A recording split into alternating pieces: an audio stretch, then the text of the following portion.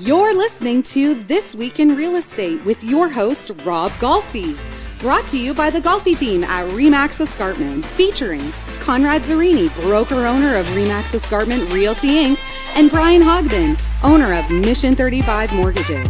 Let's hear what's going on in real estate this week.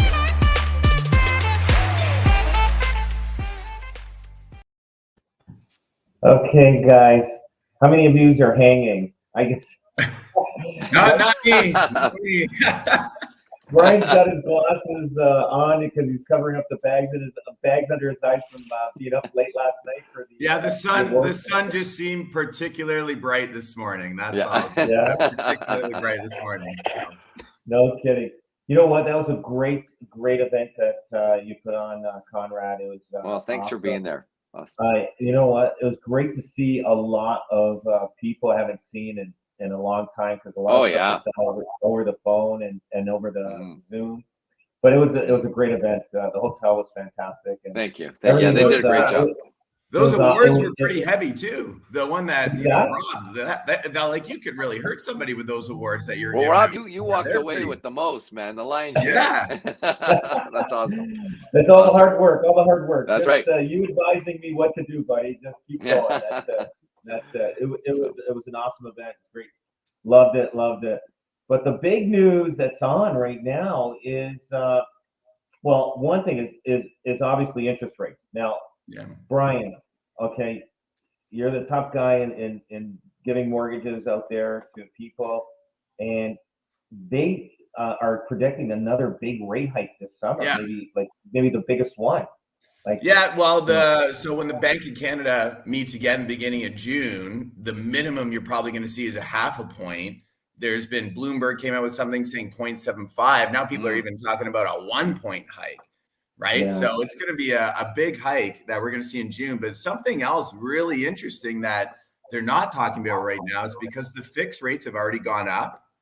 We've got a lot of people renewing right now. So when someone didn't have very good credit or was self-employed, we would put them with what we would call a B lender, alternative lender, right? 6 months ago and 8 months ago, they were getting rates at 2.79, 2.89 for a 1 year term. They're all renewing now in the fives.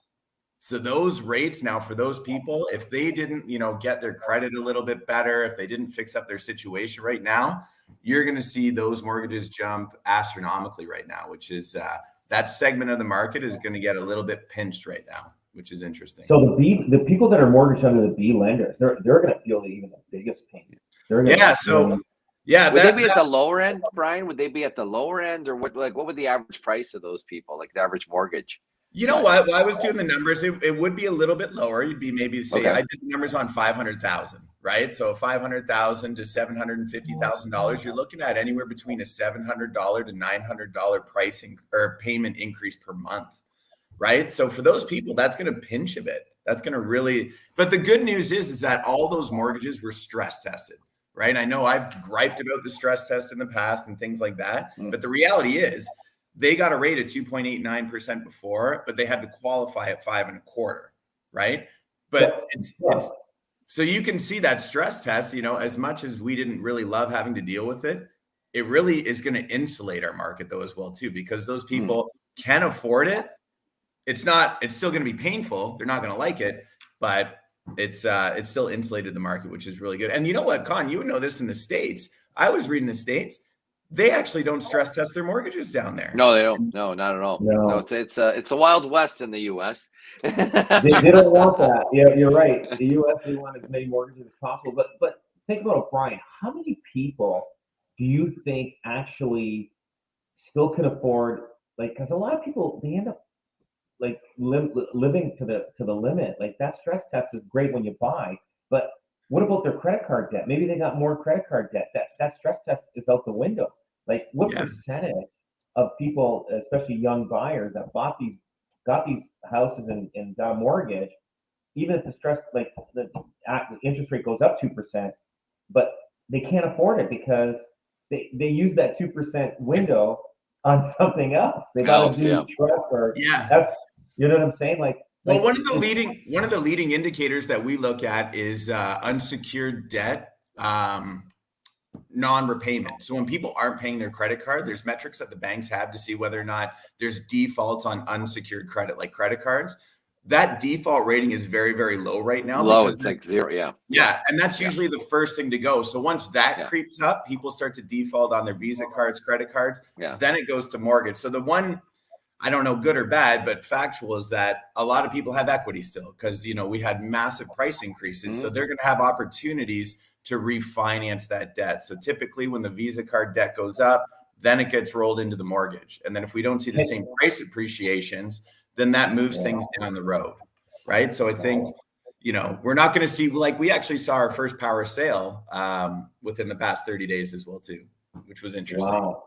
Wow. Yeah. So now, is there stats on power sales that are starting to happen? Is this just a one-off? Is this just a one-off, or is this? It's a one-off. It was someone who got over leveraged buying investment properties. Someone leveraged up and they ended up renovating about 7 homes at the same time, and then they got caught in the bottleneck of logistics. And they didn't have cash flow coming in, right? But there's actually no power sales coming through right now. But this could be something that we might see in the fall. Yeah. It's interesting. You can't find any stats. Like they don't produce any stats. Like CMHC, I called my a really good contact at CMHC. They don't keep any numbers on power sales. I was very surprised. And I think too, it's going to be interesting to see, are we going to get into even some foreclosures if you got caught during this time of it was high, like they bought high and now they're a little underwater. I'm wondering if those homeowners, would probably opt for foreclosure, or if the banks would do that, because the seller's still on the hook for the differential. In a foreclosure, they could just walk, right? You know what I'm saying? So it'd be very interesting. Yeah, how that, where that goes, right? You know what the problem though in the last probably 2 years is that a lot of first-time buyers that bought, they got help from mom and dad. Yeah. So the mom and dad may have to come back and bail them out top up because they don't want to see that the money that they got from their mom and dad just hand it over and hand it to the bank and say, like, oh shit, what the hell, you know what I mean? Like so there's going to be that kind of thing that's going to be helping these young people if they do get in trouble, because the parents don't want to see the money that they lent them go out the door. So I think there's the bank of mom and dad's going to be around for a while for a lot of people. You make a great point, Rob. I think that's what's going to keep the buoyancy and like the panic in the market. The other thing is that 31% of all properties, like multiple property owners own 31% of all the residential properties. So you got that whole sector. There's 31%. Take them off. Right, nothing's going to happen to those guys with the multiple properties unless they got caught in something like Brian was talking about. Then you got you got 21%, 22% of first-time buyers, probably 15. I would say more than 50 or 60% of them got bank of mom and dad.